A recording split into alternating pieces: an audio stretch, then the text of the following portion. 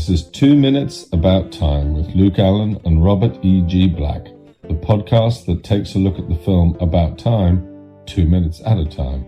I am Richard Curtis, and I hope you enjoy it. And if you don't, well, you can just travel back in time 2 minutes and listen to something else. I'm one of your hosts, Luke Allen, joined as always with my co-host, Robert E.G. Black. Hello. And with our special guest for this week, Simon Fisher-Becker. Hello, everybody, and thank you for asking me to take part. So, Simon, could you say a little bit about yourself for our listeners? I'm a jobbing actor who had the good fortune to appear in Doctor Who, and I appeared in 4 episodes as a character called Dorian Moldovar, who was a black, sort of intergalactic black marketeer, and because of that, I'm invited to do podcasts like this and travel the world until recently to attend all sorts of sci-fi functions and also to give talks and lectures. And more will be revealed as we go on. And obviously you've had a bit of a part in Harry Potter as well. Well, yes. Yes, I had a part. I was the Fat Friar of Hufflepuff House in the Harry Potter movies, and most of what I did, along with all the other ghosts, was cut out. Ooh. But you can, those who want to know more about that can always find out, should they choose to get an e-book or go online to Amazon and get my book called My Dalek Has a Puncture. It's a very good book. How's that for the plug right at the beginning? It was good, and I remember really enjoying that book. I read it a couple of years ago when I saw you, and I need to get hold of the sequel actually. Yes, available now. I'll try and order that this week. Yeah. I mean, so when you were, just as like a genuine question, I'm just interested in. So when you were doing like Harry Potter and stuff, like was most of that in like a green screen studio, or did you get to meet the other cast? We met. Well, I personally met some of the other cast as we were dragged to and from a main studio, which was blue and green screen then in the year 2000. But and all the other ghosts that we got to work with when we did scenes together, apart from John Cleese, who was never available at the time. Because a friend of mine was just sort of told me to ask you about whether you'd had much of a chance to meet Alan Rickman. And I did have, but in a very surreal moment. We all gathered in a room and were having makeup and costumes taken from us. And I was in front of a mirror, and Zoe Wanamaker came by and planted a load of Harry Potter books and said, "They're for you." And I said, "Well, what are these for you to sign?" And I said, "What, me?" And she said, "Well, you are the Fat Friar." And then I sort of looked up and looked in the mirror, and behind me was Alan Rickman, who just did a sort of raised eyebrow and a thumb up. So that was my conversation with Alan Rickman. But I have to confess, at that time, I was in awe of most of the cast, so I was a bit tongue-tied, and spoke to people politely when they approached me, but I was too scared to approach them. I have to confess. Maybe that's something I could change if I had a TARDIS. Yeah. So, was this podcast your first experience with the film About Time? Yes. I thought I'd seen it, but when I saw the clips that you sent me, I have to confess I haven't actually seen the whole film. But it'll be interesting. I could talk about what you sent me, by all means, and it depends on the questions you're going to ask. Well, I mean, you know, you may have mistaken it for another Rachel McAdams time travel movie. There are 4 at this point. They're all very confusing, aren't they, really? but yeah. Yeah, so we're looking today at minutes 46 and 47 of About Time, where Tim and Mary start by walking down a path, well, across the pavement. I'm going to just read a bit of the dialogue for this minute, where we have Mary says, "Would you like to walk me to my car?" Tim says, "Yes." "Okay. why not? Sounds like a good idea. And then we cut to a new location where Tim says, what about you? And she says, oh yeah, I have 3 older brothers. Yeah, where are they? And Mary responds, behind you, which was an ad-lib line from Rachel McAdams, apparently. Right.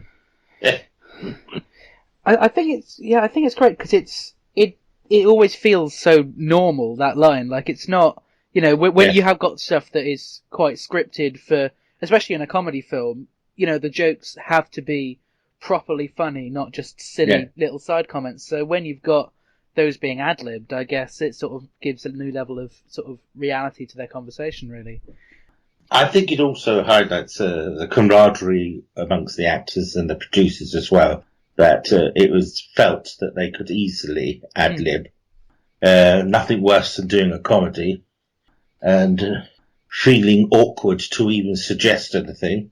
But also, having done several comedies, there was one director who kept on saying, action, be funny. Action, be funny. So first of all, for me, the word action, all my dialogue in my head goes out of my head. The worst word for an actor as far as I'm concerned. But then to follow it up with be funny just makes it worse. But it's okay. But it's good that they kept it as well. Yeah.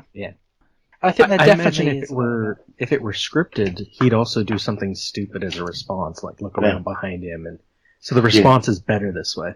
Yeah. Well, but I always say to actors, it is the 90% of acting is reacting to what you see and hear. So this feels more real than if he did something big. Yeah. And that's with the difficulty when they have to do multiple takes for whatever reason. Trying to make each take spontaneous.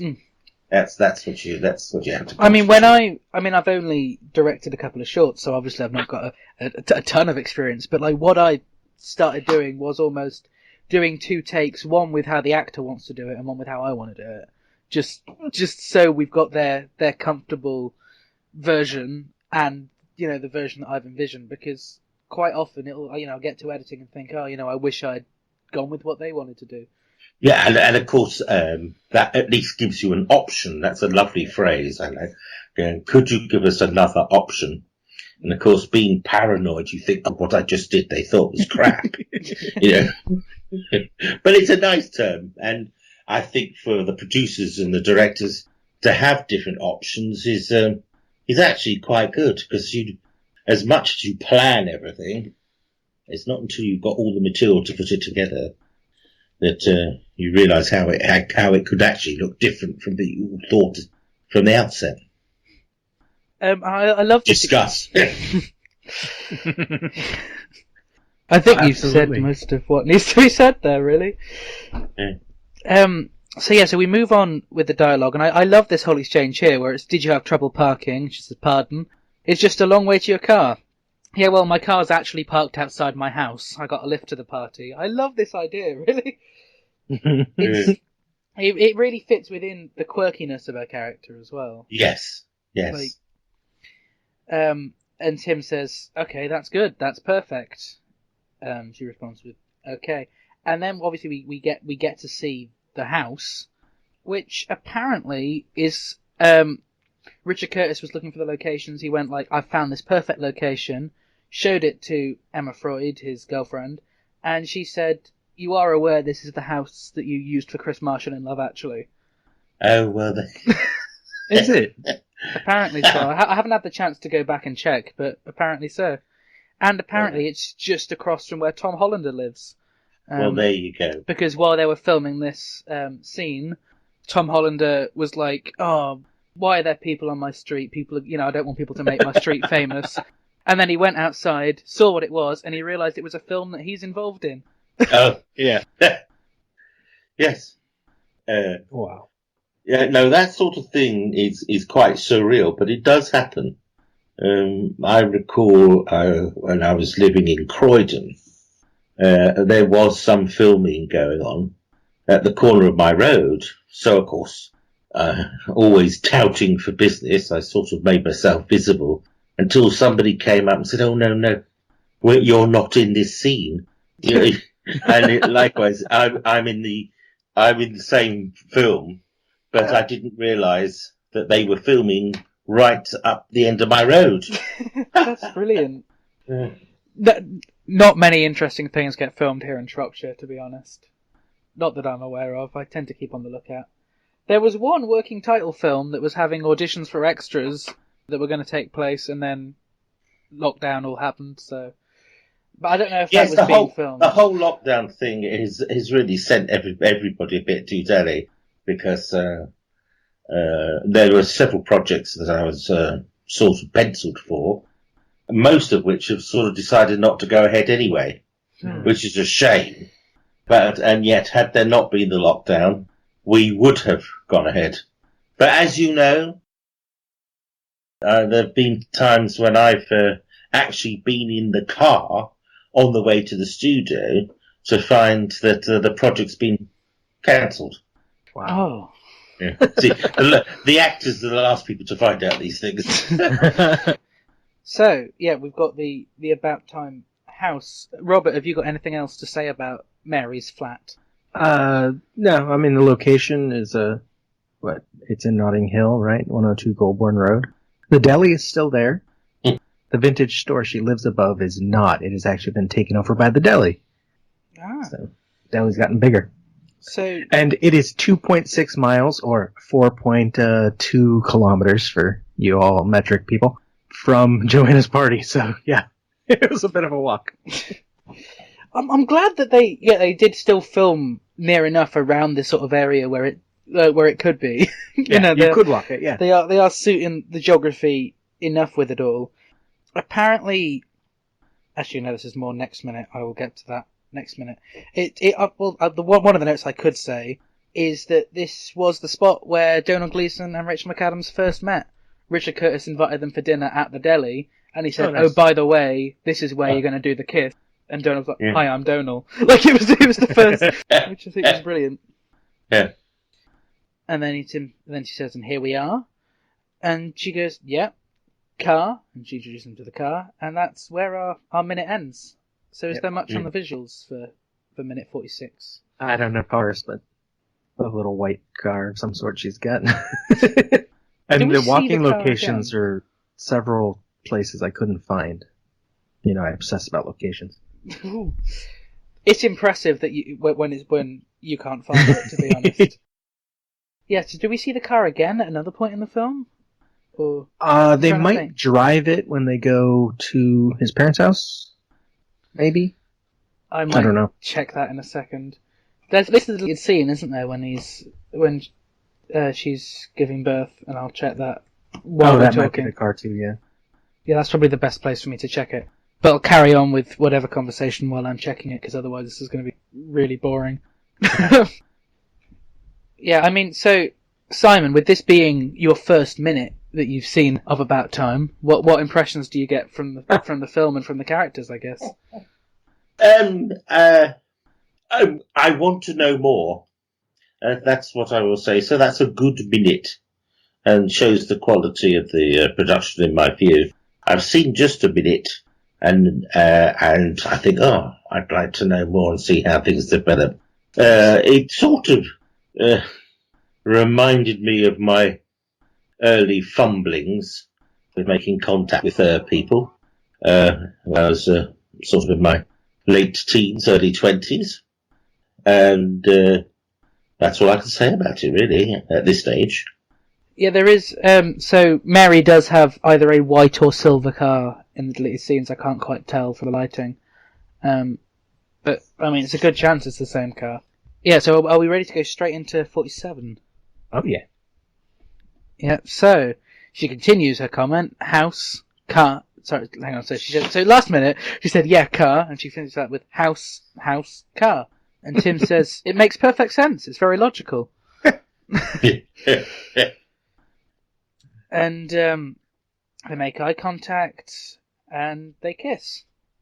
And apparently when they first did this scene, or one of the first takes they did this scene, a group of teenagers came past and shouted "ooh" during the kiss.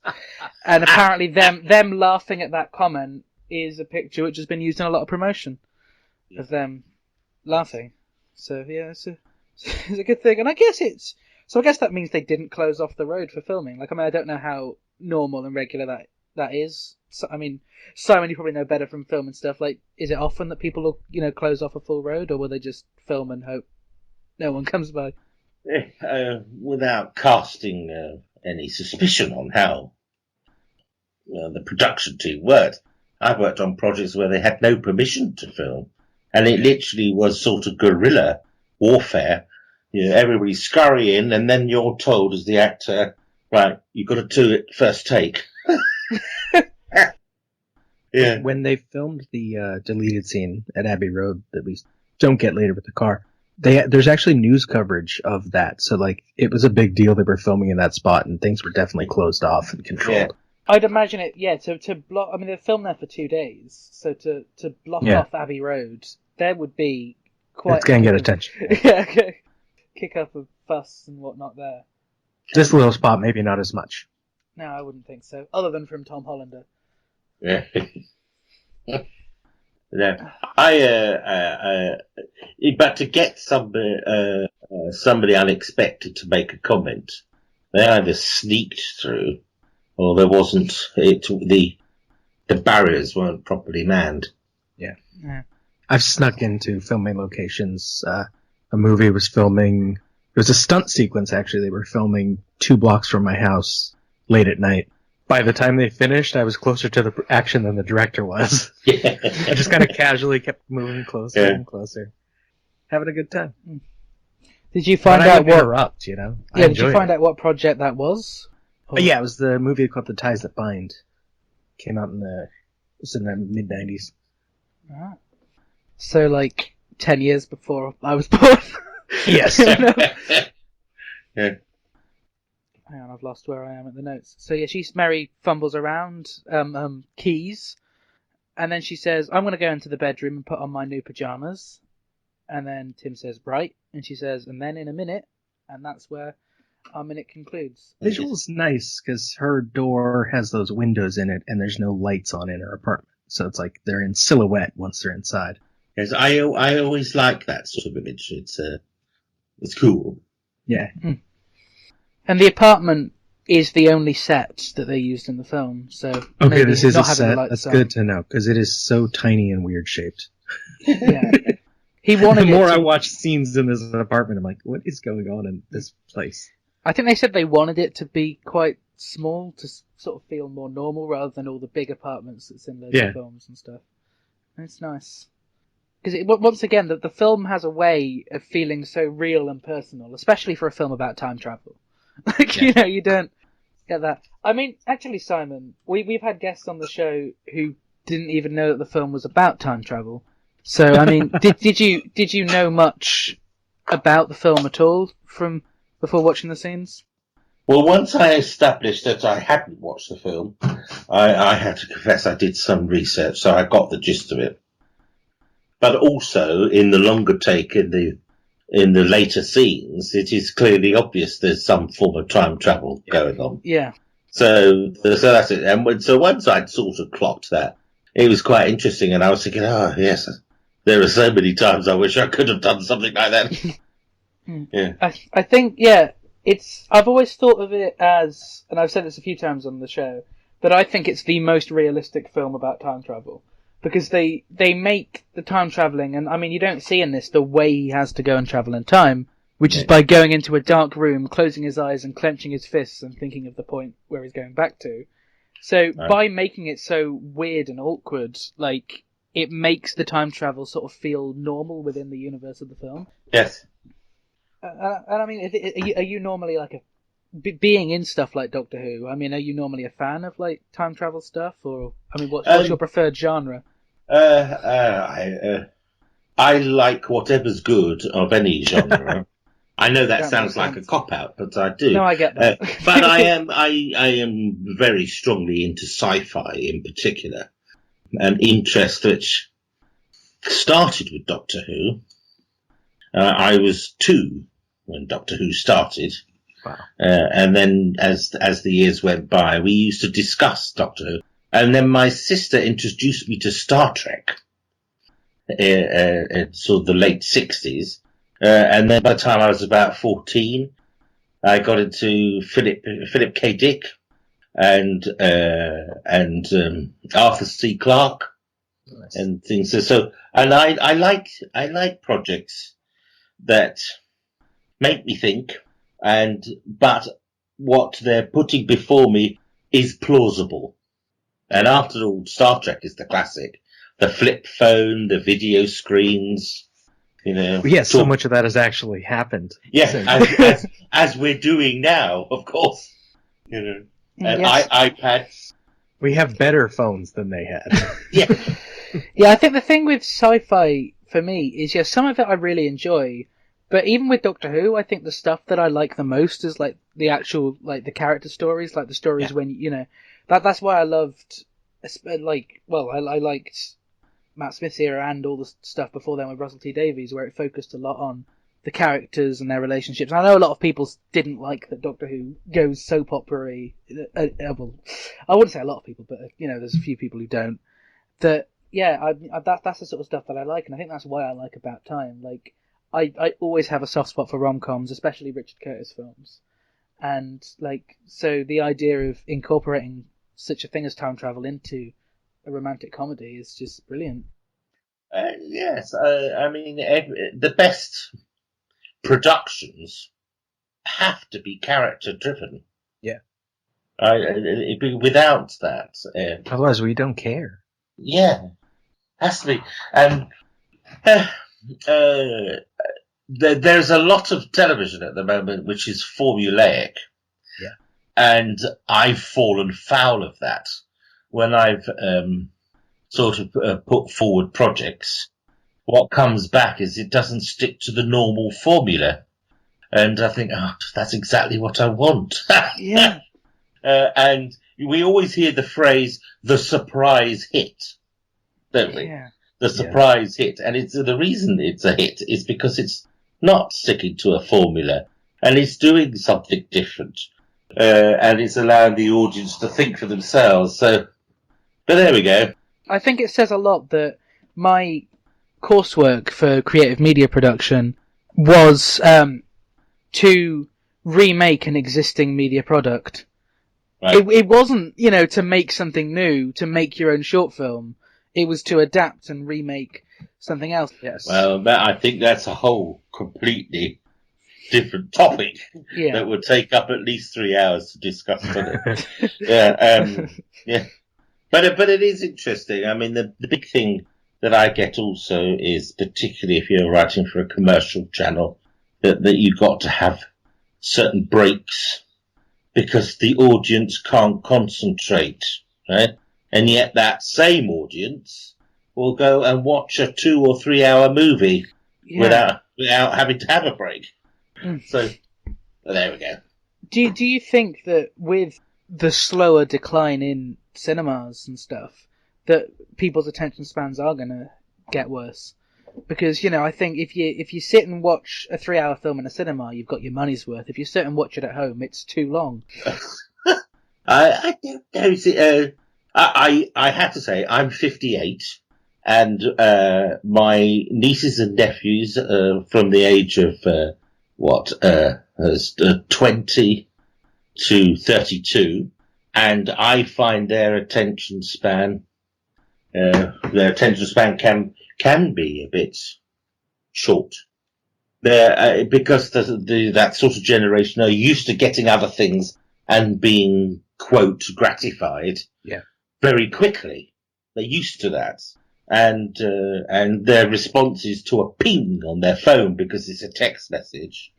They will run in front of a tram and through a poisonous bush so they can get to the ping where the answer just says, okay. Robert, we've got the title for this episode. Yeah, it is. I find it amusing, but also worrying. Because as we're finding now in this situation with COVID-19, people are wanting instant results, instant answers, and of course they're having to now learn is it's something new, which takes time. It takes time to develop a vaccine, or even to discover what the virus is and how it works, and so that's added to people's frustrations. But having said that, I think I'm now seeing people are quite enjoying having a bit of extra time, and they can take more time to do things. And so we'll see how things change once lockdown is lifted. Yeah. But there is that. I've noticed it, and I found it amusing about this instant, and then that brings in this thinking that people can't concentrate for more than 15 minutes. I'm trying to make a habit while I'm watching films and stuff to not check my phone. Like, even that, because I mean, it tends to start with, what do I know that actor from? Let me check him on IMDb. And then suddenly it's, his Twitter. Now I've looked through all of their filmography and I'm browsing through social media. And next thing I know, the film's nearly finished and I can't remember the main character's name. It's... But, to counter what I've said, there are people who enjoy watching box sets as a binge. Yeah. And I must admit, what Tony and I have rediscovered is a series called The Last Kingdom, set around the times of Alfred the Great. And we watched all 4 series. Every day we watched 2 or 3 episodes. And thoroughly enjoyed it, because that was character driven, historical, although I would argue that maybe they were a little, there was a bit of a poetic license, is that the phrase they used? Yeah. But it was very good, so we can concentrate, and if it's stimulating enough, and the project itself has to keep your attention, then you will sit there for 3 hours. And then it's only Mother Nature you have to deal with. Yeah. So, I mean, we've covered most of this minute. Have we got any sort of final comments on here before we wrap up this Monday? No. Anything from you, Simon? No, that's fine. Okay, so, Simon, where can our listeners find you on social media?